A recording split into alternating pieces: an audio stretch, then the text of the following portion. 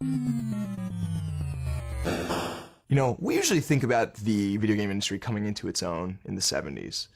With the birth of Atari, things like that. But it actually goes back a bit further than that. When in 1958, a physicist named Willie Higginbotham, we're not making that up, at the Brookhaven Labs here in New York, created a game called Tennis for Two that worked on an oscilloscope screen. This was an era when computers were the size of rooms still. Computers weren't things you bought and brought home, so it kind of went unnoticed. It wasn't really a practical thing yet. It wasn't until a couple years later, in 1961, that Steve Russell at MIT created Space War, the first real computer game. Video games and science fiction have always been good friends, and the first computer game was called Space War, which was the most generic title available at the time. Space War was a pretty crude game, and it was done by Steve Russell and his friend. A spaceship trying to shoot another spaceship, done on a huge computer, and they did it just to prove that they could do it. They built the game for themselves. They built it on a machine that only a few people in the entire United States would have access to, and they just enjoyed the hell out of it. The thing about these first two video games is they weren't built with any kind of commercial potential in mind. It's not like these guys were making these games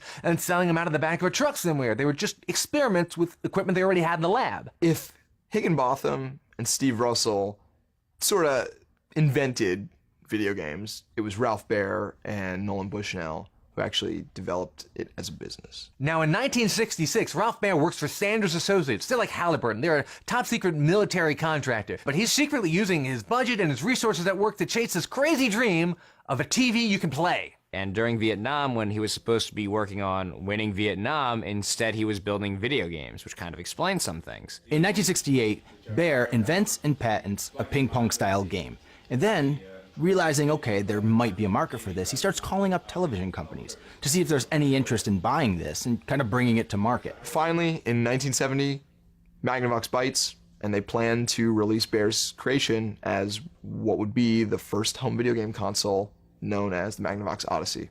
Ralph Baer is really an engineer type. He's the kind of guy who'd happily sit in a dark room by himself for hours working on projects.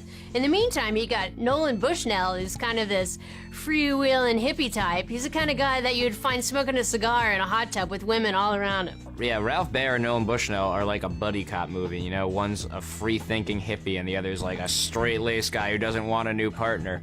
And Nolan Bushnell is that new partner. Here's a guy who lost his college tuition in a card game and then had to go work at an amusement park where he kind of ran all the coin-op games there. But it was there at the amusement park that he got a love for coin-op games and more importantly figured out how the business works. And was starting to just get a feel for the showmanship that goes into getting people to play your games, goes into getting people to stock your games. And so he was actually building up the entrepreneurial know-how. And combined with what was already a pretty charismatic personality, you know, he was going to go far. So Bushnell eventually goes back to college. He goes to Utah. Now that's one of only 4 colleges in the country, including MIT, where they actually have these big room-sized supercomputers. He stumbles across a copy of Steve Russell's Space War, and he says, wait a minute, this is the future right here. I have to take this thing that sits on this gigantic computer and find a way to put it in a box that somebody can put a quarter into. Then, in 1971, Bushnell designs and ultimately releases what will be considered the first arcade coin-op video game, which is essentially Space War, but he calls it Computer Space. He took Space War and turned it into the much less interestingly titled Computer Space. Really, that is a much worse title. To take the word war out, he replaced the wrong word. He ships it out to bars and, you know, bowling alleys, things like that, and the game tanks.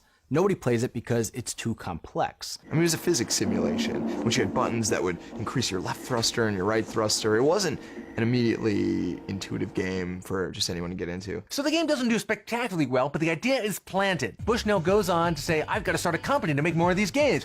Thus is formed Atari. Now it's 1972. Magnavox is taking the Odyssey around, shopping it at like trade shows and private screenings and things like that. And Bushnell gets to see it. He plays it, and he instantly falls in love. And he sees the tennis-style game with the paddles and the ball, and he says, this is what I should have done. Computer Space was too complicated. I gotta pull it back and make something really simple that people can understand. He decides to make his own version of that. He goes on to call it Pong, and it becomes the first video game hit. Pong is still kind of a cultural milestone.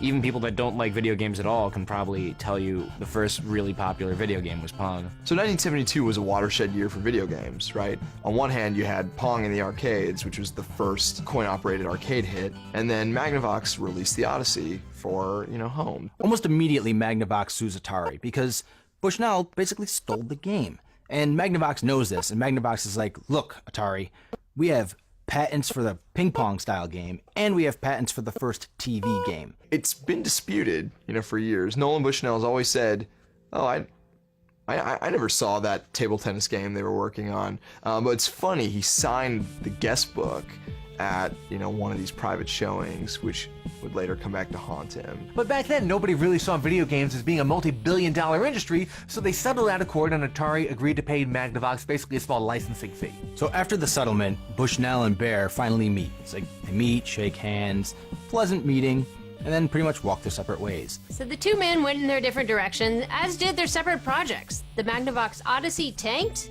and Atari took off. Yeah, I don't know. When was the last time you ever heard Magnavox being associated with video games?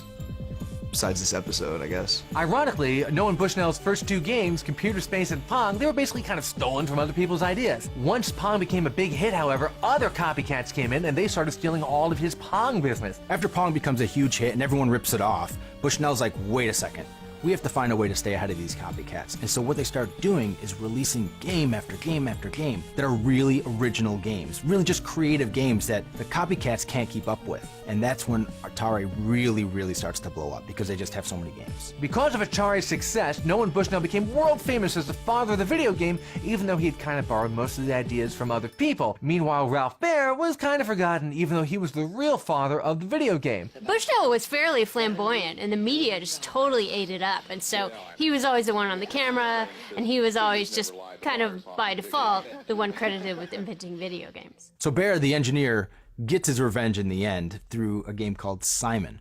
Now Simon, for people who don't remember, is this game with 4 lights that you would have to mimic the pattern that the game gives you. I mean, it's pretty creative, and the game goes on to sell like wildfire. I mean, everybody loves Simon. Well, there's a little bit of payback here because Ralph Baer saw an early Atari game called Touch Me back in 1974, and that was a very simple follow the repeating lights pattern, and he said, that's a pretty good idea, I gotta do something with this. Just like Bushnell took, a version of Baer's table tennis game and basically just improved upon it when he released Pong, Baer did the same with Touch Me, turning it into Simon, adding colors, adding musical notes to just make it a more addictive experience that you could then play at home. After Simon goes on to be a huge hit, Bushnell says, wow, we should release a handheld version of Touch Me. So they release it, and it tanks because everyone thinks it's a ripoff of Simon, when in reality, Simon is a ripoff of Touch Me. In the end, Bushnell is credited as the father of video games, and Baer is credited as the father of the electronic memory game Simon, but in reality, it's actually reversed,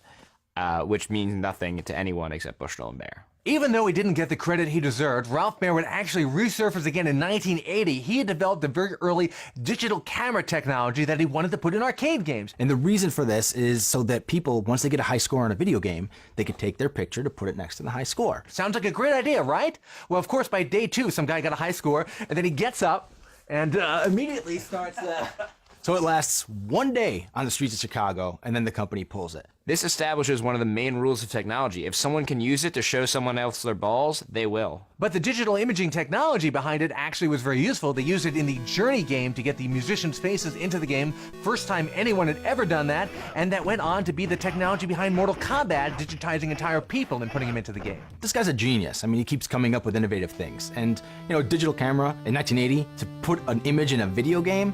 Come on, that's pretty unheard of. So of course by now these two guys are both long retired, but they can sit back and think of themselves as the Romulus and Remus who co-founded the video game empire that has pretty much single-handedly conquered popular culture. There's a lot of people who were involved in the development of video games as an art form, but Bushnell and Baer started video games as a business, and today video games are just as big as books, movies, music, and they're better. Both Baer and Bushnell are retired, and they pretty much just sit back and watch this video game industry that they created grow in a way that they never thought would have been possible.